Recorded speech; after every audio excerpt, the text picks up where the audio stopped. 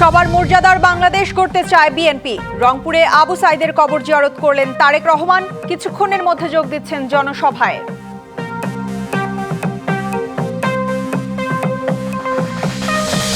যাদের কারণে রাজনীতির সুযোগ পাচ্ছে সেই জুলাই যোদ্ধাদের অবহেলা করছে একটি দল। নির্বাচনী জনসভায় জামাত আমির।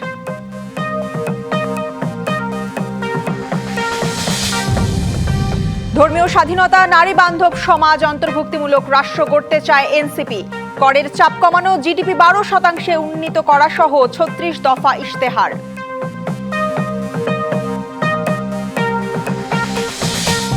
ভোটের বাকি আর 12 দিন। দেশজুড়ে বাড়ছে নির্বাচনী উত্তাপ। অলিগলি চষে বেড়াচ্ছেন প্রার্থীরা।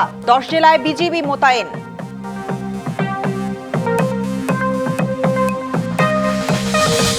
ভোলার লালমোহনে বিএনপি জামাত এবং হাতিয়ায় বিএনপি এনসিপি সংঘর্ষে আহত 17। নেত্রকোনায় বিএনপির অফিস ভাঙচুর।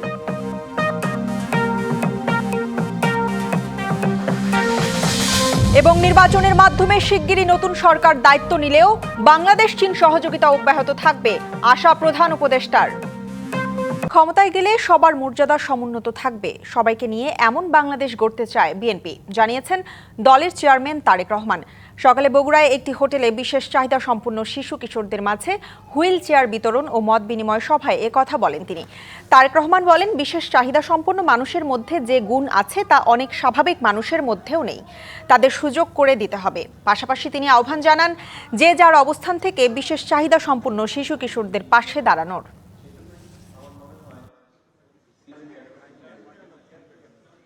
যে মানুষগুলো আজ এখানে উপস্থিত, যাদের আমরা গান শুনলাম, যারা বিভিন্ন বক্তব্য রাখলেন, কবিতা বললেন, এর থেকে পরিষ্কার বোঝা যায় আমরা যারা সুস্থ স্বাভাবিক আছি বিভিন্ন দৃষ্টিকোণ থেকে, তাদের অনেকের থেকে এই মানুষগুলোর মধ্যে অনেক গুণ আছে যেটা আমাদের অনেকের মধ্যে নেই।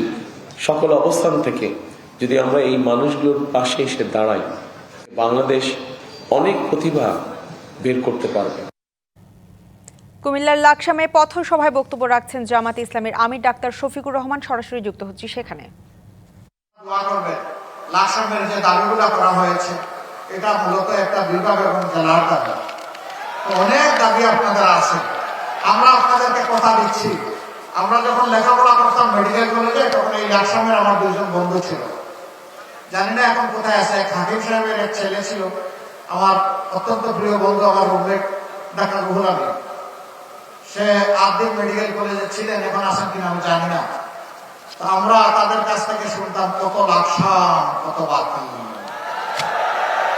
এটা ছিল লাকসামের পরিচয়, কারণ লাকসাম জংশনকে কেন্দ্র করে আলো ঝলমল ছিল এই এলাকাটা। এখন সেই জংশন নিজেই অন্ধকার, দাবির মধ্যে এটা নাই। যেহেতু ওই সময় শুনেছি একটা মায়ার জায়গা এটার জন্য আছে, ইনশাআল্লাহ এই জংশনকে আধুনিক করে সবার জন্য উপযোগী এবং উপভোগ্য একটা জংশন হিসেবে আমরা গড়ে তুলব। আর বাকি দাবি তো আছে, দোয়া করবেন ন্যায্যতার ভিত্তিতে আপনাদের পাওনা যেন আপনাদের ঘরে আমরা পৌঁছে দিতে পারি। আল্লাহ যেন আমাদেরকে এই তৌফিক দান করেন। আমি সবার কাছে দোয়া আছে। এখন 2 জন প্রার্থী, যাদেরকে 11 দলের পক্ষ থেকে আপনাদের সামনে আমরা পেশ করছি, যাদের স্মরণে আমরা আশা করি যে দায়িত্ব অর্পিত হবে মহান আল্লাহ তাআলাকে ভয় করে, মাটি এবং মানুষকে ভালোবেসে তারা সেই দায়িত্ব পালন করবেন, জনগণের আস্থার মর্যাদা দিবেন। আমরা আশাবাদী জনগণ তাদের উপর আস্থা রাখবে ইনশাআল্লাহ। এবার আমি লাকসাম এবং মনোহরগঞ্জের এই এলাকা নিয়ে গঠিত, এটা কুমিল্লা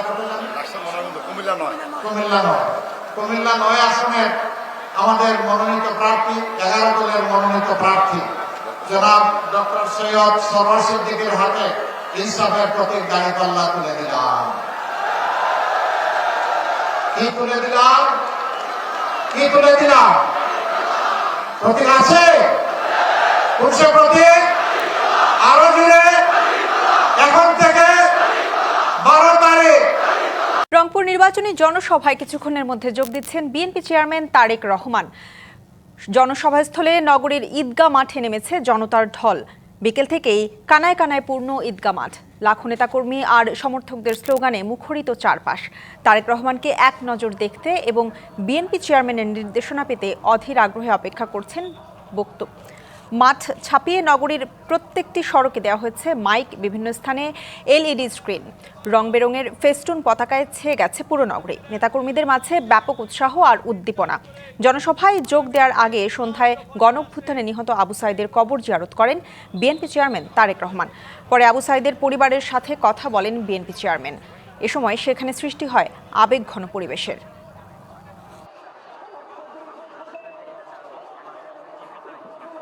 কিছুক্ষণের মধ্যে রংপুরের সমাবেশে যোগ দিচ্ছেন বিএনপি চেয়ারম্যান তারেক রহমান। এ নিয়ে আরও জানাতে রংপুর থেকে যুক্ত হচ্ছেন সহকর্মী আনোয়ার হোসেন। আনোয়ার, রংপুর সমাবেশস্থলে লোক সমাগম কেমন দেখছেন, সেই সাথে জানাবেন তারেক রহমানের আগমন উপলক্ষে রংপুরের নেতাকর্মী এবং সাধারণদের মধ্যে উচ্ছ্বাস কেমন দেখছেন?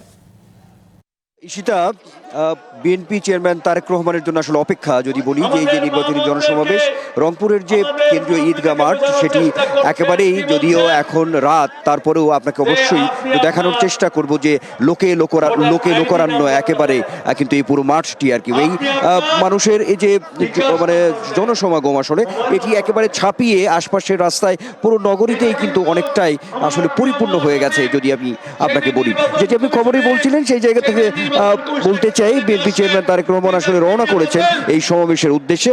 যেটি আপনি বলছিলেন যে শহীদ আবু সাঈদের যে কবর জিয়ারত সেটি করেছেন, তারপরে একটি পথসভায়ও তিনি অংশগ্রহণ করেছেন, তারপরে এখন রওনা করেছেন এই জনসমাবেশের উদ্দেশ্যে, অর্থাৎ রংপুরে এই কেন্দ্রীয় ঈদগাহ মাঠে।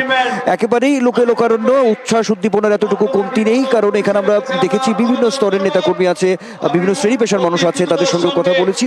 তারা আসলে এক পলক এক নজর দেখার জন্যই আসলে এই অধীর অপেক্ষা বিএনপি চেয়ারম্যান তারেক রহমানকে। দীর্ঘদিন পর, অর্থাৎ প্রায় 2 দশক পরে এই রংপুরে তার এই আগমন, 20 বছর পরে এমন একটি বিষয় আছে, একটি আগ্রহের জায়গা তৈরি হয়েছে মানুষের মধ্যে তার কথা শোনার জন্য, তাকে দেখার জন্য। তো সব মিলিয়ে তিনি যে কথাগুলো বলছেন বিভিন্ন নির্বাচনী জনসমাবেশের, তারই ধারাবাহিকতা আজকে নিশ্চয়ই থাকবে। একই সঙ্গে থাকবে এই উত্তরের জনপদ রংপুরের যে বিশেষ কিছু বিষয় রয়েছে, সেটি এখানকার যে আর্থসামাজিক অবস্থা, শিল্পায়ন, অর্থনীতি, এই বিষয়গুলো নিশ্চয়ই এই বিএনপি চেয়ারম্যান তারেক রহমানের বক্তব্যে আজকে উঠে আসবে, এমন একটি প্রত্যাশাও কিন্তু এখানে সর্বস্তরের মানুষের রয়েছে। আর নিশ্চয়ই আপনার মাধ্যমে আমরা জানাতে পারবো, অল্প কিছুক্ষণ পরেই আশা করা হচ্ছে যে বিএনপি চেয়ারম্যান তারেক রহমান এই জনসমাবেশ স্থলে এসে তিনি হাজির হবেন। ঈশিতা। আনোয়ার, ধন্যবাদ আপনাকে। জুলাই যোদ্ধাদের কারণে রাজনীতির সুযোগ পেলেও তাদেরই অবহেলা করছে একটি দল। লক্ষ্মীপুরের জনসভায় মন্তব্য করেছেন জামাতের আমির ডাক্তার শফিকুর রহমান। আরও বলেন, যে দল সহিংসতা করছে আগামী নির্বাচনে তাদের লাল কার্ড দেখাবে জাতি। ফেনীর জনসভায় এমন মন্তব্য করে আরও বলেন, তার দল পরিবারতান্ত্রিক রাজনৈতিক সংস্কৃতি বদলে দিতে চায়। নোয়াখালীতে আরেক জনসভায় যোগ দিয়ে জামাত আমির বলেন, দুঃশাসন ও দুর্নীতিমুক্ত বাংলাদেশ গড়তে চায় তারা। ত্রয়োদশ জাতীয় সংসদ নির্বাচন উপলক্ষে দেশব্যাপী নির্বাচনী প্রচারণা চলছে বাংলাদেশ জামায়াত ইসলামীর। এরই অংশ হিসেবে শুক্রবার ফেনী সরকারি পাইলট উচ্চ বিদ্যালয় মাঠে জামায়াত ইসলামী সমর্থিত 11 দলের নির্বাচনী জনসভার আয়োজন করা হয়। সভায় যোগ দিয়ে প্রধান অতিথির বক্তব্যে জামাতে আমির বলেন, যারা সহিংসতা করছে নির্বাচনে তাদের লাল কার্ড দেখাবে জাতি। এ সময় শহীদ আবরার ফাহাদকে ফেনীবাসীর হৃদয়ে রাখার আহ্বানও জানান তিনি। এই বাংলাদেশে রাজার ছেলে রাজা হবে, মন্ত্রীর ছেলে মন্ত্রী হবে, সেই সংস্কৃতির ধারা আমরা পাল্টে দিতে চাই।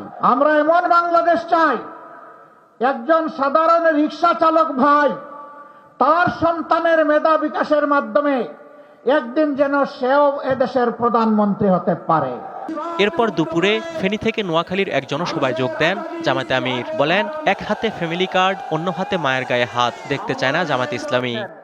আল্লাহর কসম, ক্ষমতায় যাওয়ার আগে দেশের জনগণ যাদের হাতে নিরাপদ নয়, ক্ষমতায় যাওয়ার পরে আরো বেশি ঝুঁকিপূর্ণ হয়ে পড়বে জনগণের জীবন। আমরা একটা দুর্নীতিমুক্ত, চাঁদাবাজ মুক্ত, দুঃশাসন মুক্ত বাংলাদেশ চাই।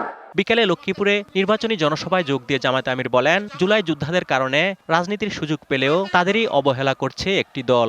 এই জুলাই এসে জনগণকে মুক্তি দিয়েছে, জুলাই এসেছিল বলেই আজকে আমি এখানে দাঁড়িয়েছি। পরিবর্তন এসেছে আমাদের সন্তান সন্ততির নেতৃত্বে। কেউ কেউ আছেন এদেরকে স্বীকার করতে চান না। তাদেরকে সাবাল বলেন।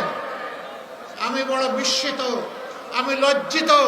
এ সময় আরো বলেন, কারো উস্কানিতে পা দেবে না জামায়াত। যদি গণতন্ত্রে বিশ্বাস করে থাকেন তাহলে অন্যের মতামতকে প্রাধান্য অবশ্যই দিন। অজিত সরকার, ডিবিসি নিউজ ডেস্ক। নির্বাচনের দিন ঘনিয়ে আসার সাথে সাথে জমে উঠেছে ভোটের মাঠ। রাজধানীর অলি-গলি চষে বেড়াচ্ছেন প্রার্থীরা। বিকেলে ঢাকা 12 আসনের বিএনপির শরিক দল বিপ্লবী ওয়ার্কার্স পার্টির প্রার্থী সাইফুল হক শাহিনবাগ ও আরজতপাড়ায় প্রচার চালিয়েছেন। এছাড়া প্রচারণা চালাচ্ছেন একই আসনের স্বতন্ত্র প্রার্থী সাইফুল আলম নীরব। এদিকে সাধারণ মানুষ ব্যাপক সমর্থন করায় শঙ্কা, ভয় আর বাধার মধ্যেই প্রচারণা চালাচ্ছেন বলে জানিয়েছেন ঢাকা 11 আসনের 11 দলীয় জোটের প্রার্থী নাহিদ ইসলাম। সকালে নিজ নির্বাচনী আসনে গণসংযোগকালে এই কথা বলেন তিনি। রাজধানীর আফতাবনগর, আনন্দনগর, বৈঠাখালী, পাঁচতলা বাজার, পোস্ট অফিস এলাকায় জনসংযোগ করেন নাহিদ ইসলাম। এ সময় প্রত্যাশিত ফলাফল পাওয়ার আশা প্রকাশ করেন তিনি। তাই প্রশাসন ও নির্বাচন কমিশনকে লেভেল প্লেইং ফিল্ড নিশ্চিতের আহ্বান জানান তিনি। নির্বাচিত হলে এলাকার উন্নয়নে কাজ করার প্রতিশ্রুতি দেন তিনি।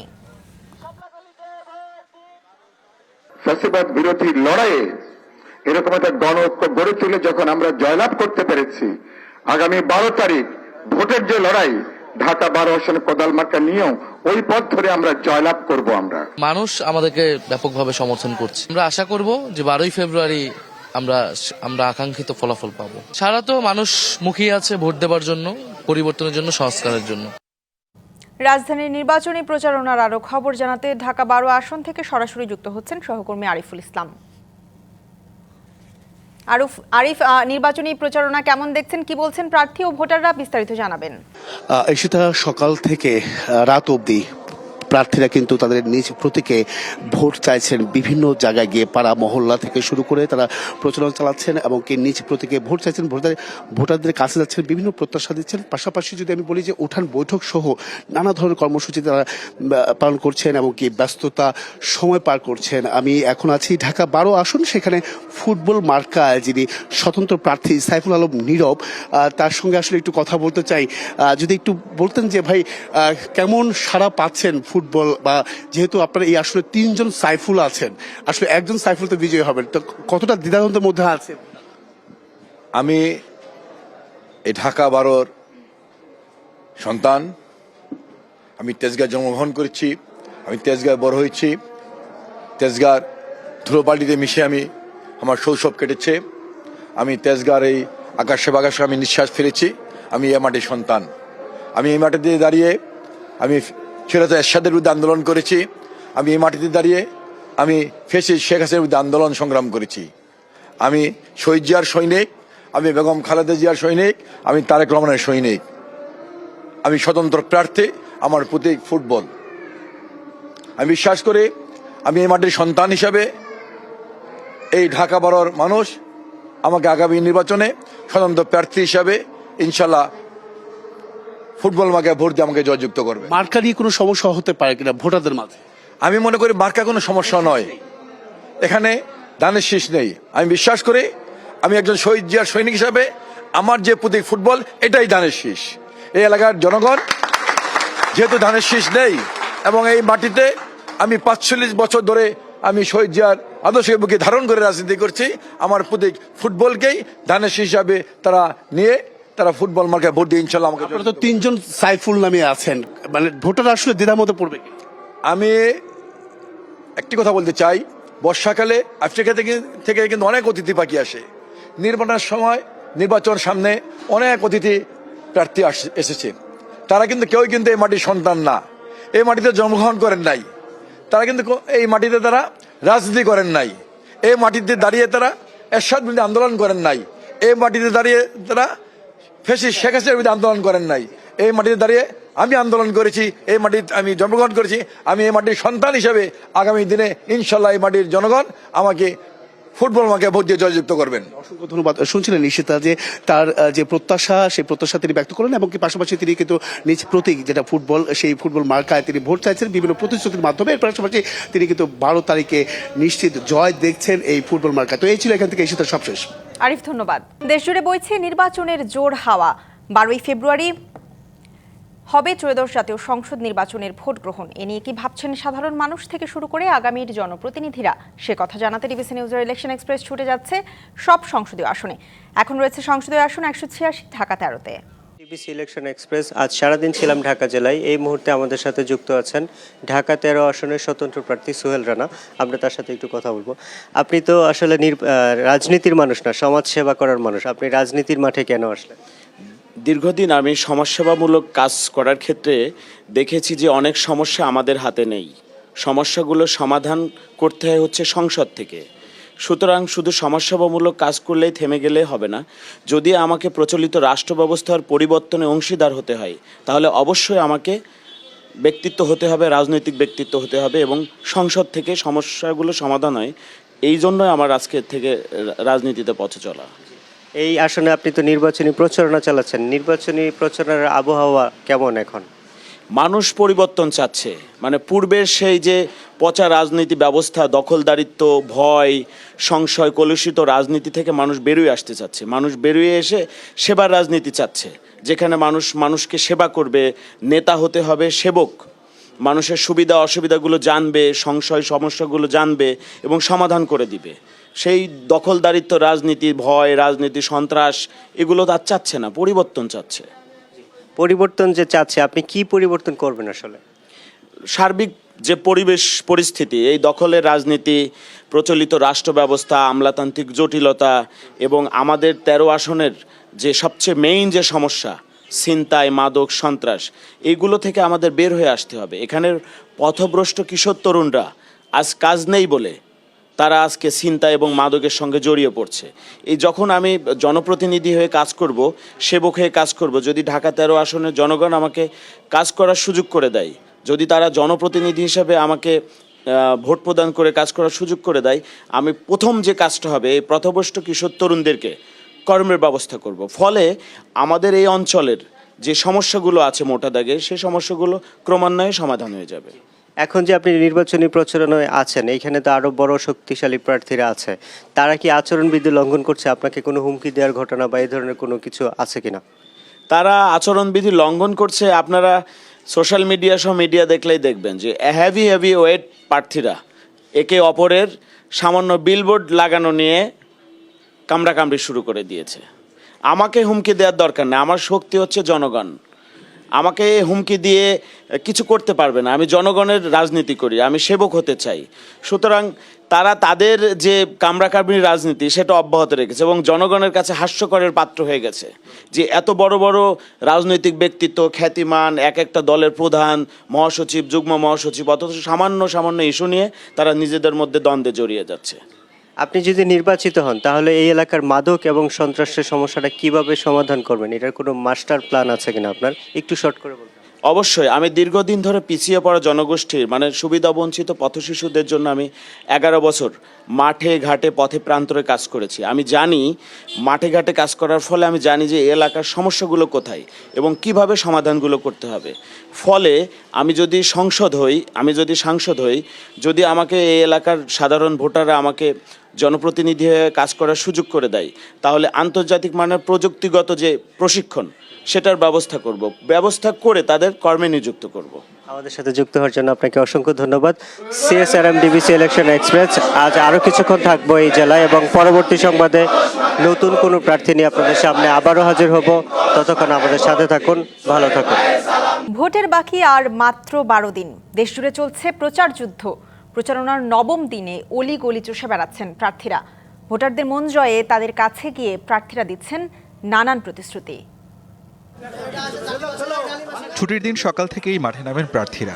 নেতাকর্মীদের নিরবচ্ছিন্ন প্রচারণা, মিছিল আর গণসংযোগে নির্বাচনী উত্তাপ বাড়ছে খুলনায়। খুলনা 2 আসনের বিএনপি প্রার্থী নজরুল ইসলাম মঞ্জু ভোটের প্রচার চালান বিভিন্ন বাজারে।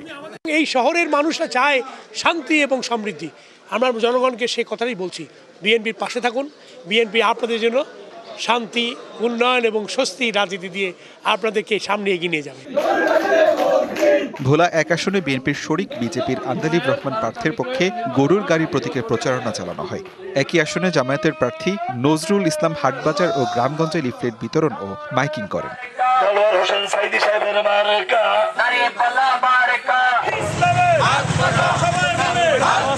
চাঁদপুর 2 আসনে ইসলামী আন্দোলনের মানসুর আহমেদ সাকি মতলব পৌরসভা এলাকায় গণসংযোগ করেন।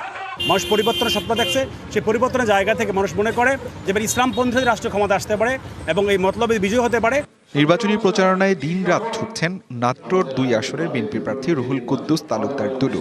আমি কর্মসংস্থান এবং নাটোরের মানুষের জন্য সবচেয়ে গুরুত্বপূর্ণ আরেকটা যে বিষয় সেটা হচ্ছে গ্যাস। এই গ্যাসের সংযোগ আমি প্রতিটা বাড়িতে বাড়িতে পৌঁছে দিতে চাই। শ্রমিক ও মেহনতি মানুষের কল্যাণে কাজের প্রতিশ্রুতি দিয়ে চট্টগ্রামের সাতকানে নির্বাচনী প্রচারণা চালান বিএনপি প্রার্থী নাজমুল মুস্তফা আমিন।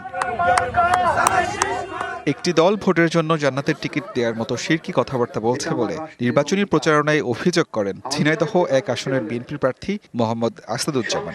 যে বেহেশতের টিকিট বিক্রি করার নাম করে ভোট চাওয়া হচ্ছে, বাড়ি বাড়ি যে মহিলারা যাচ্ছেন, যাওয়ার পরে তালিম দেওয়ার চেষ্টা করছেন, কোরআন শরীফ একটা বের করে বলছেন দাঁড়িপাল্লায় ভোট দিলে বেহেশতের টিকিট পাওয়া যাবে। আমরা বলছি এটা ইসলাম বিরোধী কথা। ছুটির দিনে কক্সবাজারের পেকোয়ায় হিন্দু বৌদ্ধ পরিষদের আয়োজনে সভায় অংশ নেয় বিএনপি স্থায়ী কমিটির সদস্য সালাউদ্দিন আহমদ। বলেন 71-এ সংখ্যালঘু নির্যাতনকারী ও স্বাধীনতা বিরোধীরা নতুন রূপে ফিরে এসেছে। সনাতন ধর্মী ভাই বোনদেরকে অনেক বেশি ত্যাগ স্বীকার করতে হয়েছে। কাদের হাতে? যারা এদেশের স্বাধীনতায় বিশ্বাস করেনি, এদেশের স্বাধীনতা চায়নি, তাদের হাতে ধর্মভিত্তিক রাজনৈতিক দল আজকে নবরূপে নির্বাচনে দাঁড়িয়েছে। তাদের হাতে এই দেশের সকল নাগরিক নিরাপদ কিনা সেটা আপনাদের কাছে প্রশ্ন করে গেলাম। এছাড়া সিরাজগঞ্জ 5 আসনে ইসলামী আন্দোলনের নুরুন নবী উঠান বৈঠক, নরসিংদী সদর আসনে বিএনপি মনোনীত প্রার্থী খায়রুল কবির খোকন, ঝালকাঠি 1 আসনের বিএনপি প্রার্থী রফিকুল ইসলাম জামাল প্রচারণা করেন। সরব অন্যান্য প্রার্থীরাও। আসিফ খান, ডিভিসি নিউজ।